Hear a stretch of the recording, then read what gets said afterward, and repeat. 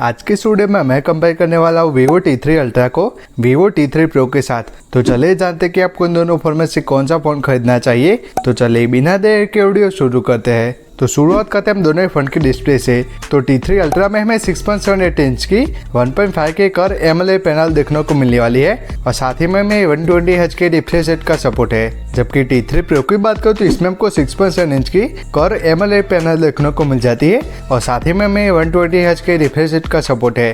तो डिस्प्ले के मामले में जो T3 Ultra की डिस्प्ले वो ज़्यादा प्रीमियम और कलरफुल होने वाली है। नेक्स्ट अगर परफॉर्मेंस की बात करूँ तो T3 Ultra में हमें Dimensity 9200 प्लस प्रोसेसर देखने को मिलता है और साथ ही में हमें LPDDR5 की रैम और UFS 3.1 स्टोरेज सपोर्ट देखने को मिल जाता है। जबकि T3 Pro की बात करूँ तो इसमें आपको Snapdragon 7 Gen 3 प्रोसेसर देखने को मिल जाता है और साथ ही में हमें LPDDR4 की रैम और UFS 2.2 स्टोरेज सपोर्ट देखने को मिलने वाला है। तो परफॉर्मेंस की बात करूँ तो जो T3 Ultra है उसमें आपको बेटर परफॉर्मेंस देखने को मिलने वाली है और साथ ही में बेटर गेमिंग T3 Ultra में कर पाएंगे। नेक्स्ट अगर यूआई की बात करूँ तो दोनों ही फोन में हमें फ्रंट टच OS देखने को मिल जाता है और साथ ही में हमें 2 साल का OS अपडेट देखने को मिलने वाला है। तो यूआई के मामले में जो दोनों फोन है वो बिल्कुल सेम है। नेक्स्ट अगर नेटवर्क की बात करूँ तो T3 Ultra में आपको Wi-Fi 7, Bluetooth 5.3 और मल्टीपल 5G बैंड का सपोर्ट है। जबकि T3 Pro की बात करूँ तो इसमें आपको Wi-Fi 6, Bluetooth 5.4 और मल्टीपल 5G बैंड का सपोर्ट है। तो नेटवर्क के मामले में आपको इन दोनों फोन में कोई भी इशू नहीं होगा।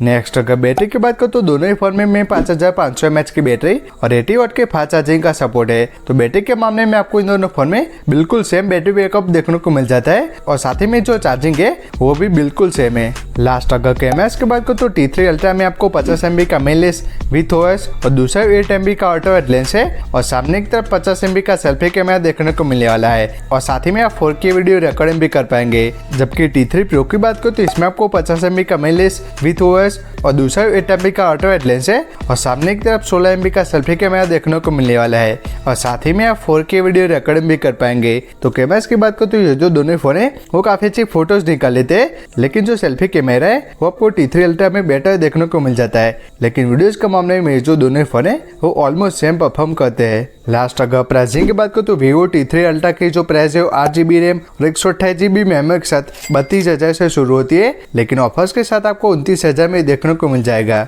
जबकि Vivo T3 Pro की बात करूँ तो 8GB रैम और 128GB मेमोरी के साथ 25,000 से शुरू होती है। तो जो प्रो मॉडल है वो अल्ट्रा के मुकाबले 7,000 सस्ता है। तो ओवरऑल बात करूँ तो मेरे हिसाब से जो T3 Ultra है उसमें आपको बेटर परफॉर्मेंस और साथ ही में आपको बेटर कैमरा सेटअप देखने को मिल जाता है। बाकी ओवरऑल दोनों ही फोन है वो ऑलमोस्ट सेम है। तो मेरे हिसाब से अगर आपकी मेन प्रायोरिटी सिर्फ परफॉर्मेंस है तो बेशक आप T3 Ultra की तरफ जाइए, लेकिन मेरे हिसाब से जो T3 Pro है वो ज़्यादा वैल्यू फॉर मनी स्मार्टफोन है। तो मेरे हिसाब से आपको इन दोनों फोन में से Vivo T3 Pro की तरफ जाना चाहिए। तो कैसे लगे वीडियो कमेंट्स करके ज़रूर बताएं। Thank you.